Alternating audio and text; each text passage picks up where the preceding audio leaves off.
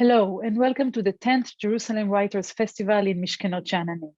This event is part of a special series on the power of responsibility, which was organized in collaboration with the Konrad Adenauer Stiftung in Israel and is dedicated to examining the relationships between power, state, economy, and climate in the 21st century. Questions of responsibility and power have stood at the core of ongoing discussions for centuries and are, of course, the theme of many classic and modern novels and books. But it seems like in recent decades, such questions have, at least to some extent, changed their forms. If in the past, moral responsibility pertained mostly to our immediate surroundings, towards one's partner, parents, siblings, and so on and so forth, perhaps the neighborhood or fellow citizens in some cases, in modern time, we are faced with questions of responsibility towards humanity as a whole, as well as other animals inhabiting this planet and even the planet itself. So today we will try to dive deep into such questions of global responsibility, asking what we as individuals can and should do as part of that responsibility. And for this discussion, I am thrilled and excited to host two prominent thinkers who already left a huge mark on the world in their ideas and actions. Professor Peter Singer, a renowned moral philosopher, who is often credited with starting the modern animal rights movement and the author of several books, of which the best known may be Animal Liberation, Practical Ethics, and The Life You Can Save.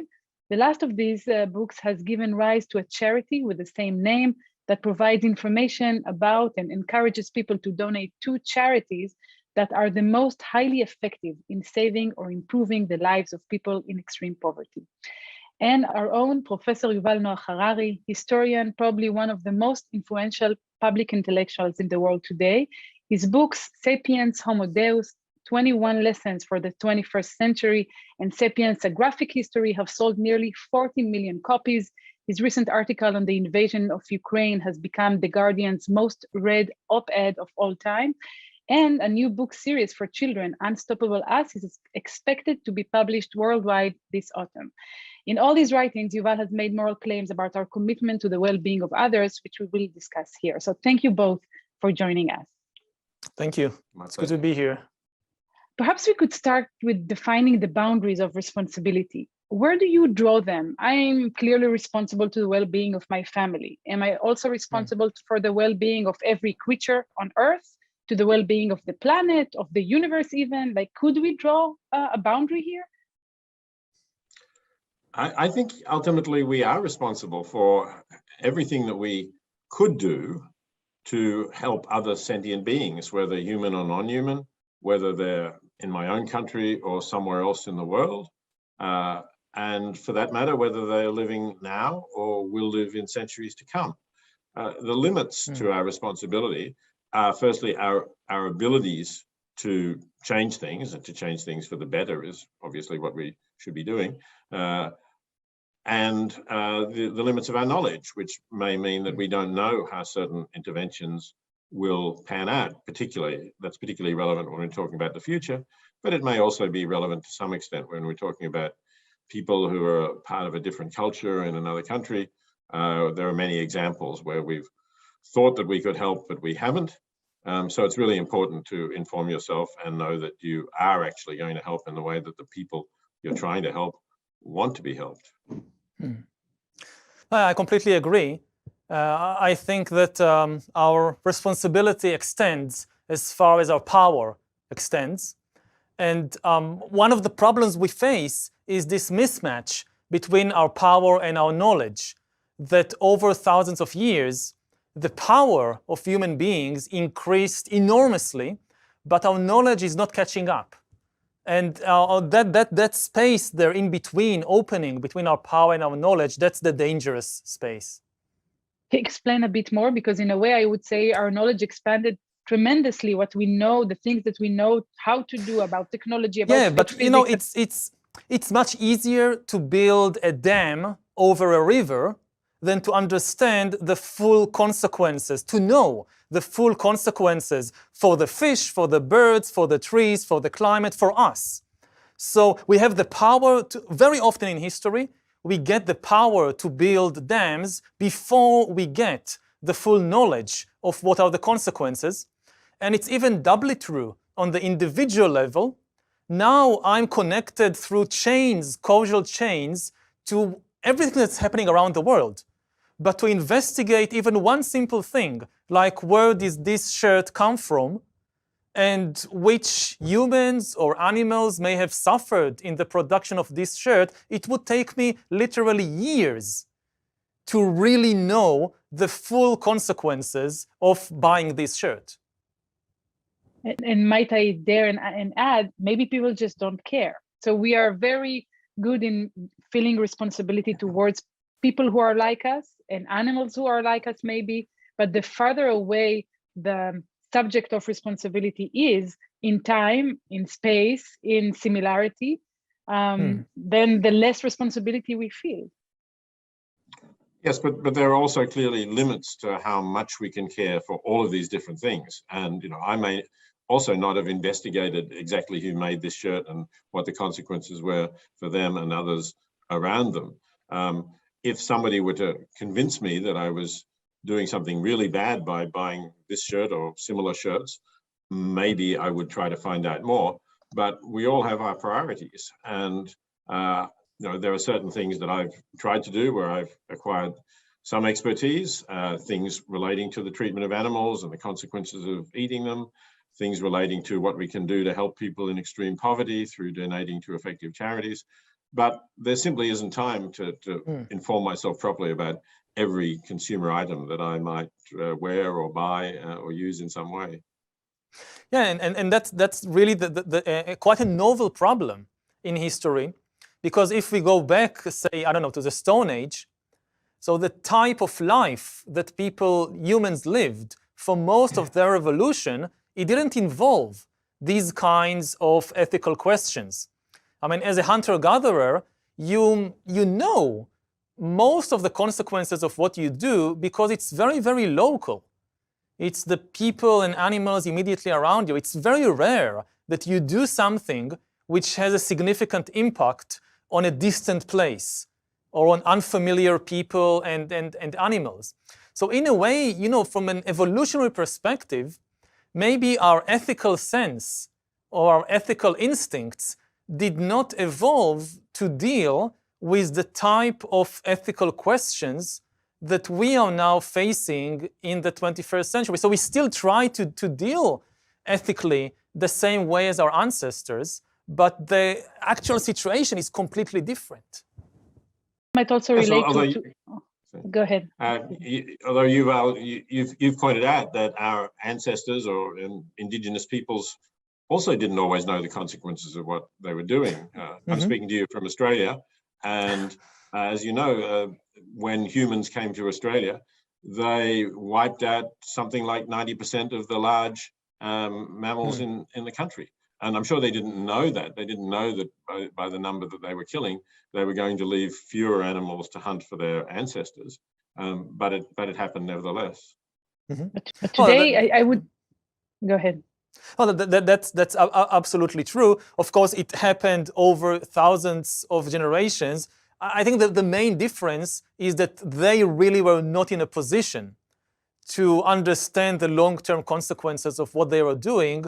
We, at least collectively, we are in a position to do it. We have the ability to understand what we are doing to the planet, to the climate, to other animals. It's just that to do it, we need to rely on collective institutions that gather the knowledge and analyze it and so forth. And this is very difficult for us. I mean, ethically, we tend to rely on ourselves, but to deal with problems of this magnitude, we basically need to rely on these huge institutions, which feels alienated, and this is part of the reason for the deep ethical crisis we're facing. I think that on the other hand, we might our ethical reflexes, if you like, have also expanded in the sense that if I'm a Neanderthal, I don't know what's happening in the Ukraine. There wasn't a Ukraine there, but I don't know what's happening in another side of the world. But now today, I get information about human suffering in this case that is not related to my well-being here or now or to the people I know. and I develop this empathy muscle, if you like, and I can relate to that, and I would like to do things for other people around the world. So maybe modernity also led to an expansion of our moral responsibility, of our empathy, and not only to kind of getting us into this very complicated stage where we don't even know some of what are the practical, implications and ethical implications of our doing. Mm-hmm. Yes, I think let me start again. I think our understanding of the world as a whole has extended our empathy to some degree, obviously still to a far too limited degree. We're still not doing nearly enough, I believe, to help people in extreme poverty. And we had another example of that just now during the COVID crisis, in that the affluent countries everybody got 2 vaccines if they wanted it, then they got a booster. But in some low-income countries, the percentage of people who'd had even 1 vaccination was very low. And we were not doing enough to make the vaccines available all around the world, even though actually that was in our own interest to stop new variants developing. But we still didn't do it. We still thought about the short term and ourselves. Mm-hmm. So let's talk about. Go ahead. No, please. No. Zoom is difficult in that respect. Yes. Okay, so let's continue that. So let's talk about poverty. And if I remember correctly, Yuval, from your book, in a way, we are, historically speaking, in the best position that we've ever been with respect to poverty. Is that correct? In respect to the resources we have, I mean, for much of history, poverty was a kind of, and the effects of poverty, such as famine, and such as infectious diseases and epidemics spreading, they were like uncontrollable forces of nature. Humanity simply did not have the scientific knowledge and the economic resources to overcome things like famine and plague. Every now and then there would be like a drought, and there just won't be enough food. And there was no technological means to bring food from far away because it was too complicated and expensive. And with epidemics, even more so, nobody knew anything about viruses or pathogens, let alone vaccines. Now, for really the first time in history, these are no longer uncontrollable forces of nature. They are now manageable challenges. We have the scientific knowledge, the technology, and the economic resources to make sure that no human being dies from starvation, or no human being dies from a long list of infectious diseases. Unfortunately, it doesn't mean we always have the wisdom and the compassion to use these resources. So on the one hand, we are in the best of times. At least we have now it's in our power, we can solve it. On the other hand, if we don't do it, it's an even bigger tragedy. Because when it's a natural disaster that you can't help, then what can you do? It's beyond our power. But when it's something you can prevent, and you don't do it because you lack the wisdom or because you lack the compassion, that's a far bigger tragedy. It seems to me like a direct continuation of what you said before, that now we are in the position that allows us to get the information or to act upon it, but many of us choose not to.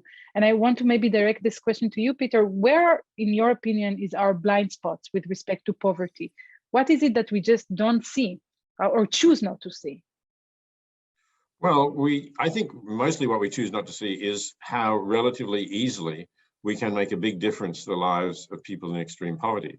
Because when I talk to people about poverty elsewhere in the world, people who have no particular background in this area, they're likely to say, "Oh yes, I know that there are a lot of people who are very poor and their lives are very tough, but how can we help them?" I think the money never reaches them.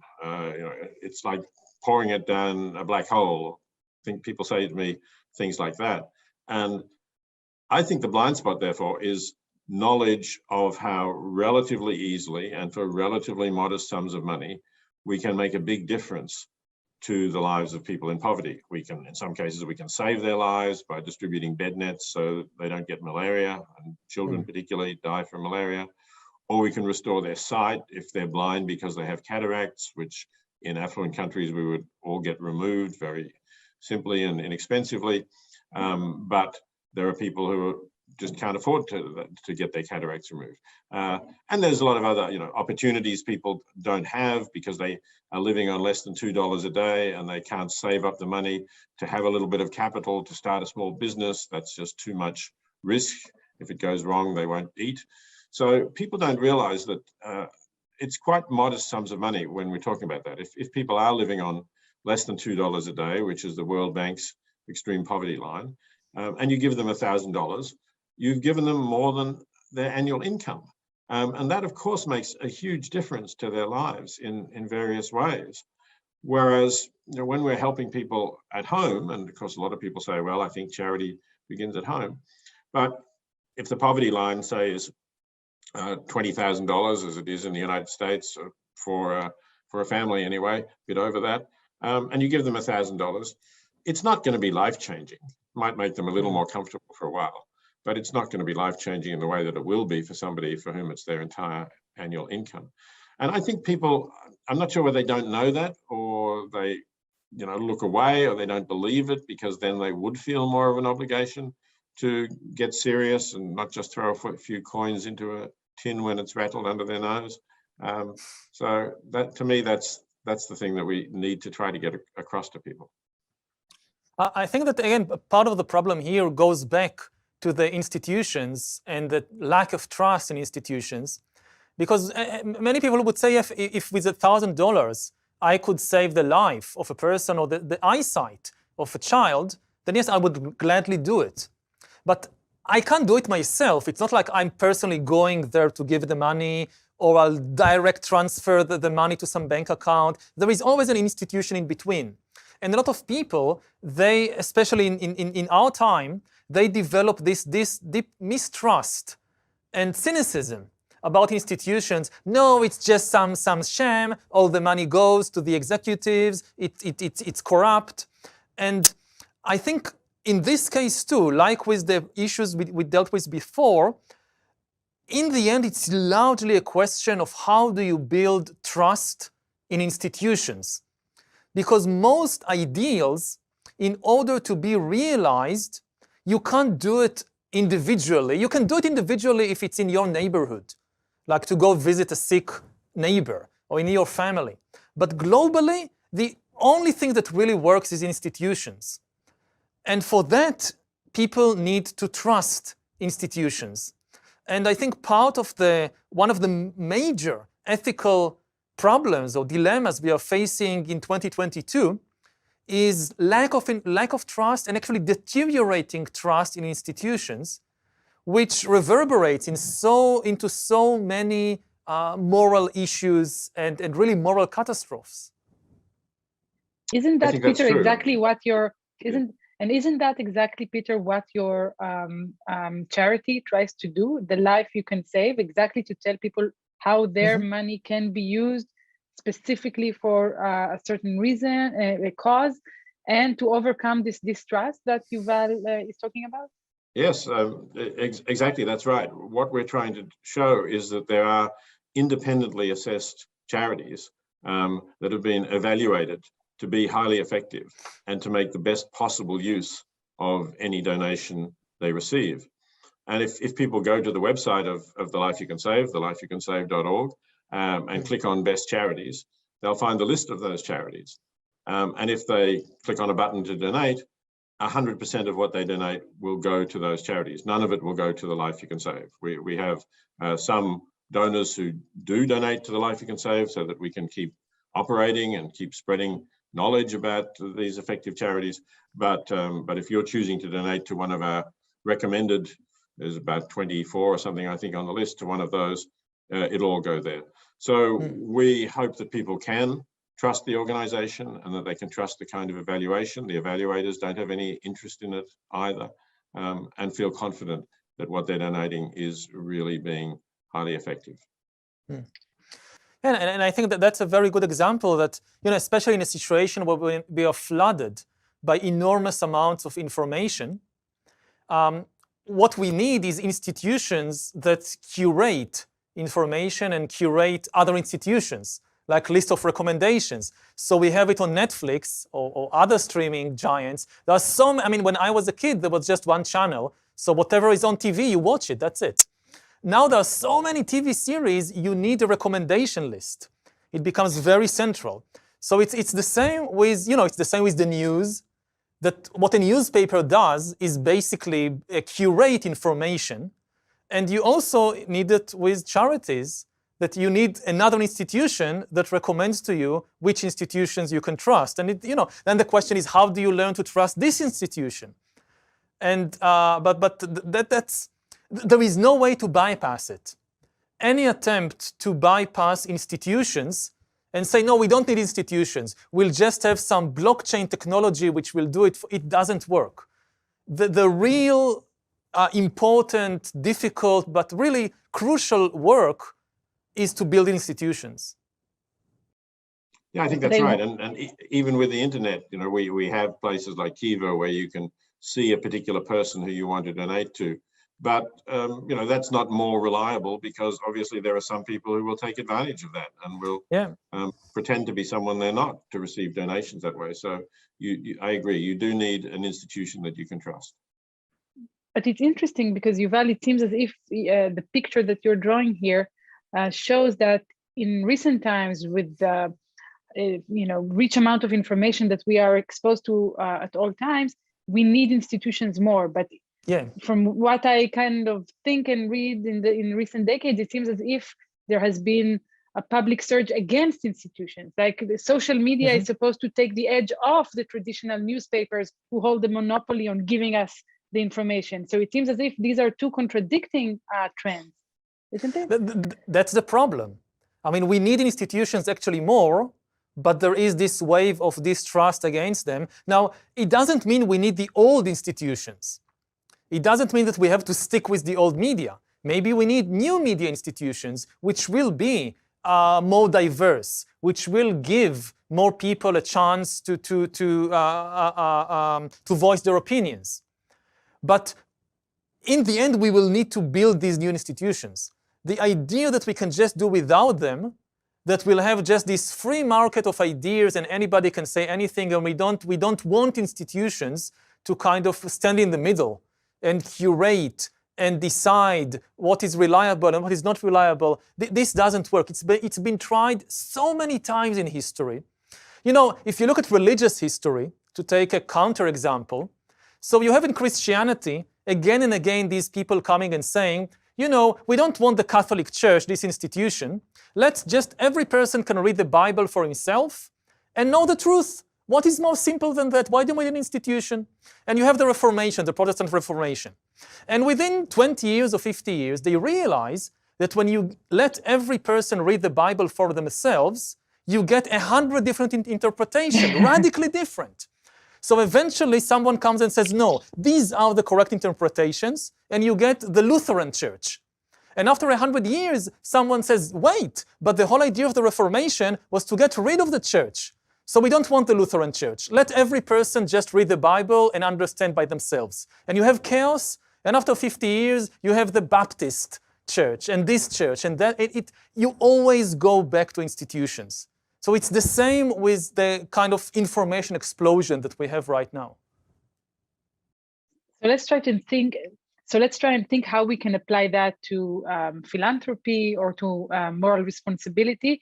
And we mentioned before the charity that tries to do exactly that, to be like the gatekeeper or the information provider that would help people to be more effective in their altruism. And I think maybe that's a good point to also mention the paper you wrote, Peter, Famine, Affluence and Morality, which inspired, though much later, this idea or movement of effective altruism. Maybe you can explain a bit to our viewers what effective altruism is. Yes, certainly. So obviously people will know what altruism is. They know that it's wanting to do good for others. And that's been around for a long time. But the emphasis on effectiveness is what is new about the effective altruism movement. And it's really people who are trying to find out what are the best causes to donate to, and within those causes, what are the best organizations to support? And it's become a quite expensive debate with a lot of different voices. You can find a lot of it online. Some people, as I've been saying, think that trying to help people in extreme poverty is one of the most effective things you can do. Others, and I share this view to some extent as well, think that trying to stop the suffering of animals, particularly the billions and tens of billions of animals now existing in industrial factory farms, to try to reduce their suffering, is a very effective use of money if what we're concerned with is reducing as much suffering as we can.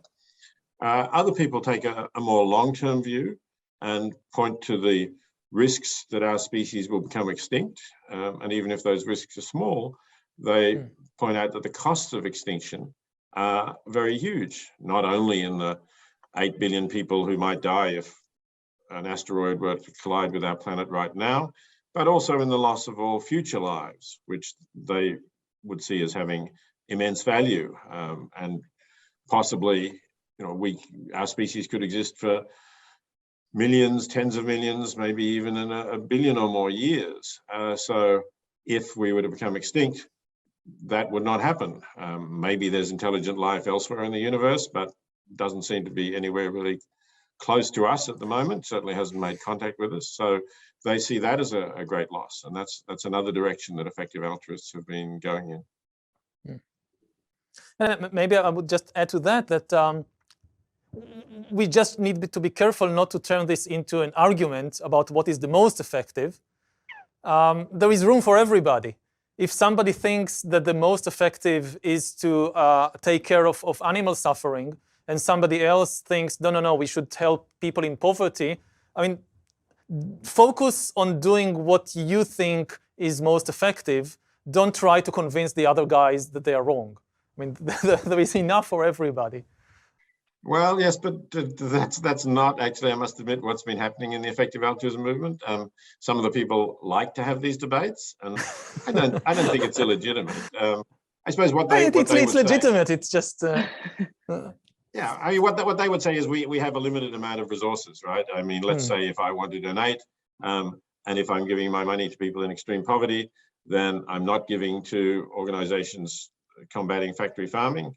So actually, I do a bit of both there because I find it very hard to compare those two. But other people would say, why aren't you donating to try to reduce the risk of extinction? And I'm not, and I say, well, it's good that there's some money going into that. I agree. I'm glad that you and a few others are doing this, but at the moment it still seems highly speculative how we can make these differences, at least in some areas, maybe not all areas, but some of the areas that they talk about. It's questionable whether we really know enough at this stage to reduce some of the extinction risks that they're concerned about. But maybe this is another reason why many people don't choose to act, in line with their responsibility obligation, if you might. Maybe there's just this feeling that there are so many ways by which we can make the world better. There are so many problems. Maybe that has a paralyzing force. Maybe just that causes us not to do anything because there's just too many things and we cannot resolve all of them. I think that would be a pity if that happens, both because people then wouldn't do as much good, but also I think even for themselves, if people get involved in some of these issues and feel that they are achieving something, it adds meaning to their lives. I think a lot of us in this material world, particularly people who've been reasonably successful at providing for themselves and their family in material terms, lack a sense of purpose. Once you've got enough to look after yourself, what do you do then? Well, I think finding a cause that is really worthwhile, where you know that you can do a lot of good, is probably the best thing that you can do then, obviously for those you're doing good to, but also for yourself. I agree that the best is choose one thing. Obviously, you can't do everything. Nobody can do everything. So instead of being paralyzed and overwhelmed by all these different issues, just choose one issue which is close to your heart, and then try to choose compassionately. Because again, going back to some of the historical issues with altruism and with ethics, sometimes I'm so not surprised because it's so common in history, but you see people that they focus they try to do good through the most controversial or most kind of, I'll give an example. Like you're a Christian fundamentalist, and you can choose whether to help the poor or whether to fight against gay marriage, and you choose to fight against gay marriage. Why? I mean, obviously you can't do everything. So why not choose the kind of something that everybody would agree, nobody would become upset about you? Why choose the one thing that is bound to at least cause controversy and could cause a lot of suffering to some? Why not go for the safe pick of just going to a hospital and helping sick people? You surely have an answer. Like, you know why they are doing that, don't you? They feel it threatens their worldview, that it jeopardizes the way we should live, and so on and so forth. Like, they will give you arguments why this is the most important fight to have. That's the issue. I mean, let's not go into the argument, but let's assume that you have a Christian worldview and you think it's wrong. Still, as an individual, you can't do everything. So for all the good Christian deeds that you can do, why choose this one thing? And maybe look into your mind or look into your soul if you believe you have a soul, and try to see, why did I really choose this particular thing, which would almost inevitably involve a lot of anger and hatred and controversies, where I can just leave this aside because I can't do everything and focus on helping sick people in hospital or helping poor people.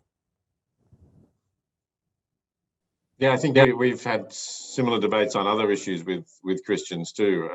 In Australia, we've had over the last 2 or 3 years a lot of debates about legislation to allow people to choose to die when they're terminally ill. And obviously that's, like gay marriage, that's adults consenting, a person who wants to die and a doctor who's prepared to help that person to die. And we have now in most of the Australian states legalized that, but it took quite a battle, and Christians were in the forefront of opposing it, although it seems to me that it clearly reduces suffering and it doesn't harm people who don't want it. Nobody is being forced to choose assisted dying. So it is perplexing. I mean, maybe they think it's a slippery slope that is beginning or something like that, but we've had a lot of experience with assisted dying over the last 40 years, starting off with the Netherlands, and it hasn't produced these terrible predicted slippery slopes. So I think it's strange that people should put a lot of energy into fighting things that competent adults are choosing and doesn't seem to really harm anybody. I can understand why they oppose it. What I find kind of objectionable is the immense amount of energy invested in it.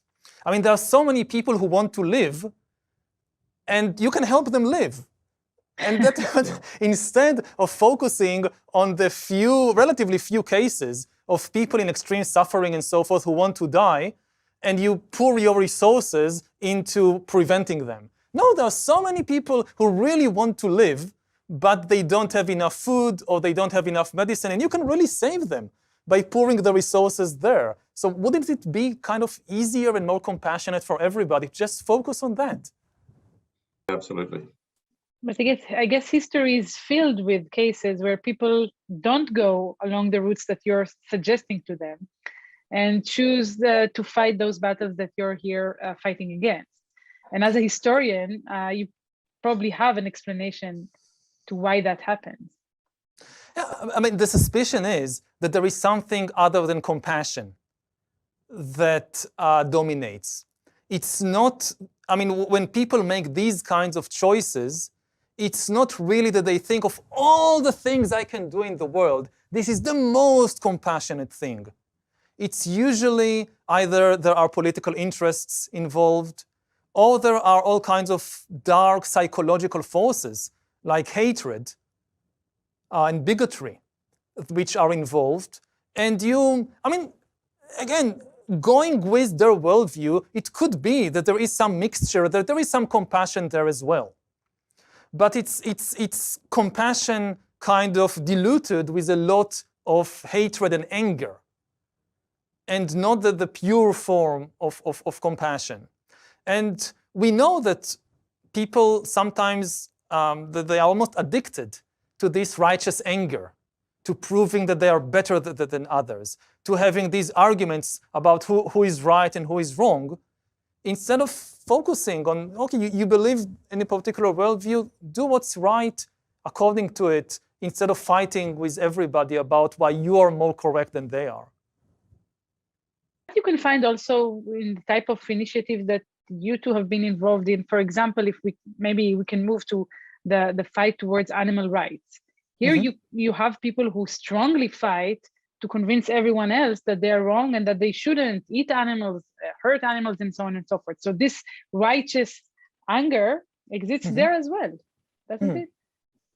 It does exist, but it is, I think, it can be based in compassion and concern for those animals and to the vast amount of suffering that we humans inflict on animals. And I know Yuval agrees with me because he very kindly wrote a preface to my book, Animal Liberation, to a recent edition, in which he said that what we do to animals, particularly in industrial farms, is perhaps the worst crime that humanity has committed. And I was very moved by those words. But so I think if we're talking about scale of suffering, it's very reasonable to be focused on animals. The one thing that I would say is that it's true that some people in the animal rights movement get rather fanatical about what you might think of as purity. So they're very careful not to let any kind of animal product into their body, for example, and will attack people who do. And that seems to me to be missing the point in a way similar to that, what Yuval was talking about. You know, you focus on something that somebody has done when in fact there are so much bigger issues, so much more suffering that you could prevent if you targeted other targets. I completely agree. If you have an animal rights activist that, you know, somebody says that, okay, I decided to have a meatless Monday. I don't eat meat on Monday. And then you attack them, but what about all the other days of the week? I don't think that's the way to go. If somebody makes a step in the right direction, focus on the positive thing. And also, something very, very general, people have an obsession with food. And it connects also to very old notions of purity and pollution. That you find people that can go to extremes, not to eat any tiny particle of something that came, even a honey that came from bees or whatever. But then other things which are not food, like I don't know, what's involved in the textile industry or in other industry, it gets completely left aside. I think we should have a broader view of the type of impact we have on animals and on the ecological system, and not become just kind of tunnel vision just on food. And the danger there is, you see in so many different ways that, I mean, it's just, I don't know, something about humans or maybe mammals. We are obsessed with what we put into our mouths. Other things that we do, that's less important. Again, you also see it in religions that very often the last thing that remains from religion is food taboos. Like you have Jews, they don't believe in God, they don't go to synagogue, nothing, but they won't eat pork. That's the last holdout. Or they will fast on Yom Kippur. That's the last holdout. Because food is really, and I think we need to get over it. Yes, food is important, but don't give it so much importance. In particular, the purity of it is not important, right? I mean, if you are a vegetarian or vegan and you go to somewhere where there's a meat-based stock for the soup or something like that, but it's not really significant in terms of support for the industry. What I try and look at is, am I supporting this industry of abuse in a significant way? Am I buying products, which means that therefore more of these factory farm chickens are going to be produced and live miserable lives and then be slaughtered in the supermarkets? So I'm not going to do that. But if there's a tiny amount of some animal product in something that I'm eating, I'm not going to refuse to eat it if that's what's being put in front of me. So what is the moral imperative in your opinion? Now I'm here, I'm listening to you, I'm writing notes. Give me the recipe for being compassionate, being morally responsible for the well-being of others, as given the assumption that we can do everything. What in your opinion is like the minimal things that I, as an informed human being, should do when I conduct myself in the world? Well, as I was saying, I think if you're a middle class or above citizen of an affluent country, you've got some money to spare, and you should be thinking about using some of that to help people in extreme poverty. It's very hard to say how much. It varies, of course, not just with income, but with the dependents you have and so on. But you know, the traditional 10% tithe is not a bad standard to aim at if you're, as I say, at that above middle class level. So that's a start. I think you should be responsible for what you're eating. But as I say, in terms of the large quantities, and if you take various steps that don't go all the way, I'm not going to be that critical. So Yuval talked about having meatless Mondays. Well, if yes, start off there, and if that works well, you might have meatless Thursdays as well, and move on. You don't need it. I mean, when my wife and I first became aware of the suffering of animals more than 50 years ago, we decided to stop buying factory farm products. That was our first step, and we continued to eat meat for a little while. And then we decided, well, we didn't really need it. We'd found other dishes, and we didn't really know that the other animals were really being well treated. Probably they weren't in some other respects, even if not as bad as factory farming. So we stopped. And I think that's, I think it's fine to take those gradual steps. But in general, try not to support a system that is both inflicting great suffering on animals and is not producing more food anyway, because factory farming just wastes the food that we have to feed to those animals, and has climate change implications and possibly pandemic implications as well. So try to contribute to changing the world food system. I think that's a really important thing to do.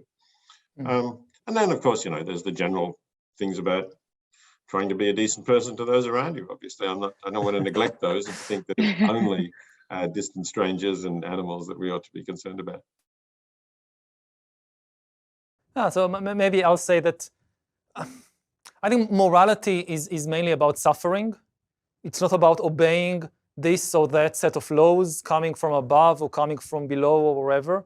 Morality is about being aware of suffering and what we can do to alleviate it. And the other thing is that morality tends towards moderation and not extremism. And one of the big problems in the history of morality, that in so many movements, people have, both secular and religious, people confuse morality with extremism. That the more extreme you are, the better person you are. You see it in so many different movements. And as a kind of first approximation, no, it's the other way around. Morality tends towards moderation. So again, not always, not in every case, but generally speaking, if you want to start with assuming that morality tends more towards moderation and not towards extreme. Thank you. Both of these are very good recipes, so to speak, for the way we should conduct ourselves. And I want to ask about global trends or historical trends. And I would actually ask you, Peter, although you're not the historian in the room, because you wrote the book Animal Liberation in 1975. Yuval, I think you weren't even born there. 76, so, yeah. Yes. So you have almost lifelong experience of working on this topic and also seeing how the world and society have changed towards that topic. I wanted to ask you if you see a change. So do you feel that people are more informed, or at the end of the day, maybe the group of people who are strongly devoted to it has expanded, but society at large didn't really change its position towards animal suffering? I think there has been significant change in many countries, but not, unfortunately, worldwide. And I think people have changed a reasonable number. We're seeing that recently with the rise in availability of vegan foods, of plant-based protein, and more people becoming vegan, or anyway close to vegan, and so restaurants have far more vegan options than they used to. I mean, I think all that's interesting, and it does go along with a different and better attitude to animals. And the other thing I'd say is that in a number of countries, the European Union countries would be the major ones, there have been significant legislative improvements in the way animals are kept in factory farms. So the worst of the battery cages, for example, for hens when they couldn't even spread their wings, they are illegal in Europe now and have been for some time. And in fact, the European Commission is saying it's wanting to move to get rid of cages altogether. And so that will apply to breeding sows, to veal calves, who are also in very small pens. And that's happening to some extent in the United States as well. There's about 9 or 10 states that have enacted laws somewhat similar to the European Union's laws. So those are good, positive things. But you have to counterbalance them with the fact that as China has become more prosperous, its citizens are eating far more meat than they used to. And to provide that, there's been this enormous expansion of factory farming of a kind that we've not really seen in Western countries. So there are now 8 or 10 story buildings filled with thousands and thousands of pigs. You know, they're never getting to go outside. They're very closely confined. China has virtually no animal welfare laws, no national animal welfare laws at all. So it's a grim situation, and that's why I can't say that the situation of animals is markedly better now than it was in 1975, although it's certainly more varied, and some of the thinking about animals that is reasonably common today was very rare in 1975. Yuval, if we widen the scale, would you say that humanity becomes more moral and more compassionate with time? Or am I too optimistic here? It goes, Not really. Most of the big changes in history are not uniform. I mean, you see positive and negative developments side by side, and they don't kind of add up or cancel each other so you can reach the bottom line. No, I mean, there are very positive developments, like you see the feminist revolution and the very fast changes and positive changes in attitudes towards gender and towards women. And at the same time, you see the ecological crisis. And it's happening at the same time. And they don't cancel each other, they don't add up. It's just the way it is. Over the long term, I think we can't say that there is any marked improvement in human morality, if you think in terms of thousands of years. Because even the very real achievements of the last century, let's say, they're just the last century. And who knows what's waiting for us in 10 or 20 or 50 years. This could be just a small, very small blip in history. So looking at the large-scale perspective, we can say that you can see some things in history are very, very clear. Humanity is becoming more and more powerful. Over thousands of years, this is absolutely clear. Humanity is becoming more and more unified, not in the sense that everybody agree or there are no wars, but everything becomes just a single system. From a situation with thousands of independent, isolated tribes, we now have one global system. This is very, very clear. But we can't say that we see any clear improvement in human morality or any clear improvement in happiness either. We are not significantly happier. There is no clear trend towards better lives over thousands of years. Would you say that we became more attuned to suffering? Because as you, I think, repeatedly argued, our laws have changed their focus. And if in the past our laws might have been dictated by the king's ruling or the Bible, now many of our laws focus on human suffering. So we want to minimize suffering also in the rationalization of our judicial system. Again, it depends who we are. I mean, if you look only, let's say, at Western countries over the last century, then yes, there is a very significant improvement. But if you look at the whole of humanity over the last 1,000 years, I'm not so sure. And you see, maybe the pendulum just swings far between extremes. That you look at the totalitarian regimes of the 20th century, and they have reached depth of cruelty that have maybe not have been reached anywhere previously in human history. And again, the last few decades, the pendulum swung in a positive direction.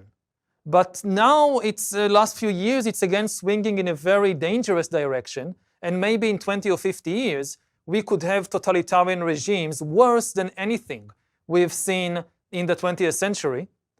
The people, if people survive, they would look and say, hey, yeah, it was just a short period between two really nasty totalitarian periods.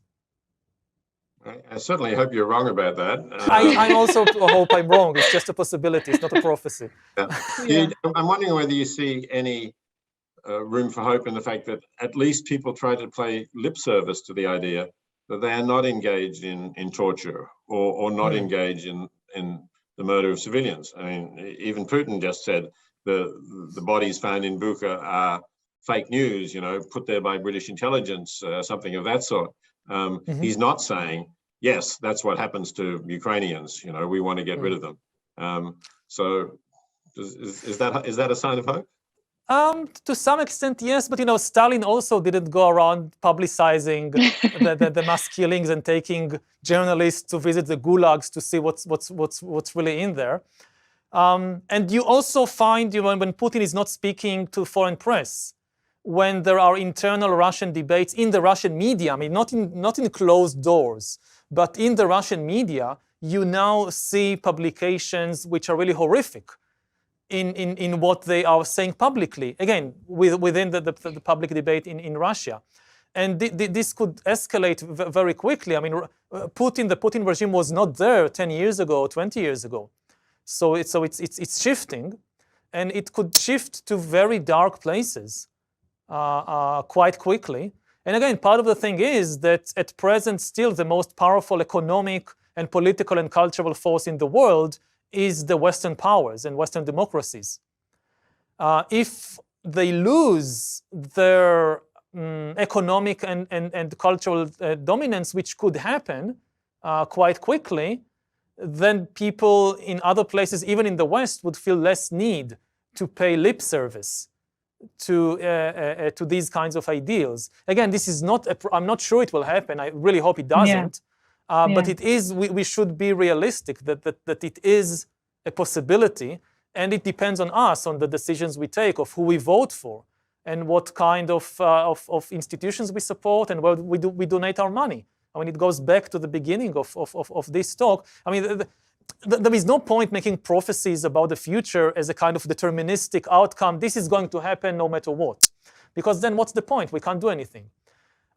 There is a point in making, in highlighting dangerous scenarios if the message is, look, it's a danger, but we can still prevent it if we do this, if we do that. And we are still in the position that we can do something to prevent the worst case scenarios.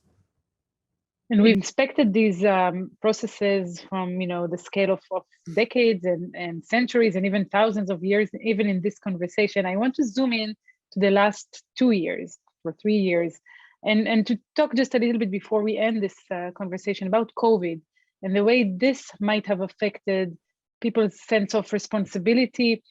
Peter, you mentioned the difference between countries and what they can offer their citizens and the maybe lack of solidarity some of us felt towards people that cannot afford the vaccinations.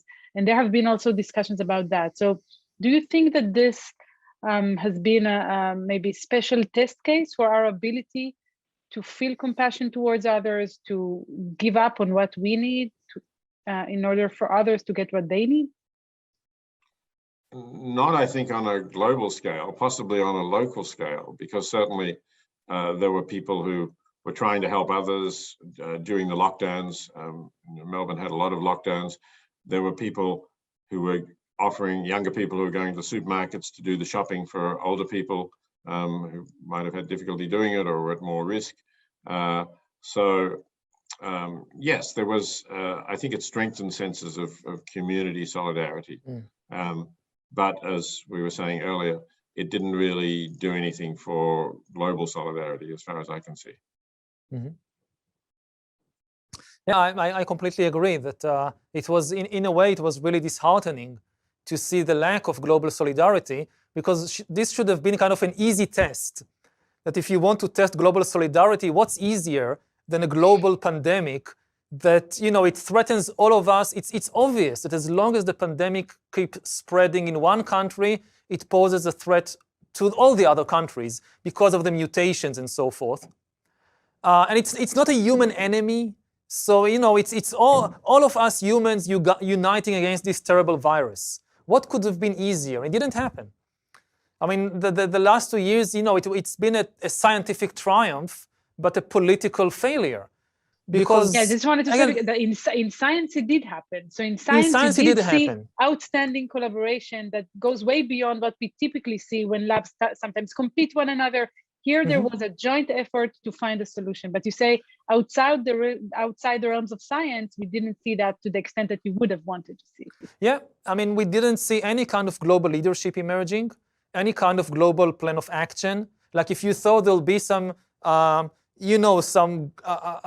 global headquarters to coordinate how in the first few months of the pandemic, when it was just beginning to spread from China, it was like watching a train accident in slow motion or something, or as the Titanic sinking in slow motion. Like everybody was sitting and seeing on television what's happening, and no adults in the room, no global leadership coming and saying, hey, we can actually stop it from spreading. We have the technology, we have the knowledge, we just need to unite. And no, people were just watching how it happens. And that was very disheartening, because if we can't unite against a virus, how are we to unite against much bigger and more complicated global problems like climate change, or like the rise of these new disruptive technologies, artificial intelligence and so forth? That's going to be much, much more difficult. Maybe if we do try to end with an optimistic note, maybe the message should be that, as the saying goes, the change begins in us. We cannot rely maybe on these global leaders to do the job for us, and each and every one of us should decide how to live their lives in a way that would promote solidarity, more responsibility, and compassion. Yes, except I would agree with what Yuval said earlier, that we do need institutions that we can trust. If you take climate change as an overriding problem, more serious than COVID, then we can only do that if we have institutions where nations get together, as we have a world of sovereign nations, and agree to make cuts as long as other nations are making those cuts, and work out something, as the Paris Agreement was a moderately successful attempt to do so. Anyway, not a complete failure, at least. So I think that it's not really enough to say, okay, well, I'm going to ride my bike more. I'm going to put some solar panels on my roof. That's good, but I think we need to do more. We need governments to change the incentives to have clean energy. We also need to stop eating as much meat, particularly beef and lamb, as they come from ruminants who emit more greenhouse gases. And I think we do need to do this in a collective way. I don't think we're going to solve it individually. I agree. I think that individual action is important, but 50 people who work together in an organization are far, far more effective than 1,000 individual activists, each doing their own thing. So, you can't solve everything. Don't kind of be overwhelmed. Choose one cause and choose it really with compassion. The key thing is really to help and not to fight with the other side of something. Choose one cause with real compassion, and then join an organization that works to alleviate suffering on this front. Well, I would like to thank you both for these very important messages and a thought-provoking conversation. Professor Peter Singer, Professor Yuval Noah Harari, thank you both for this conversation. And of course, thank you also to Mishkenot Sha'ananim and the Konrad Adenauer Stiftung in Israel. Thank you very much. Thank you. Thank you, Leah, too, for hosting the conversation, making sure it ran. With great pleasure.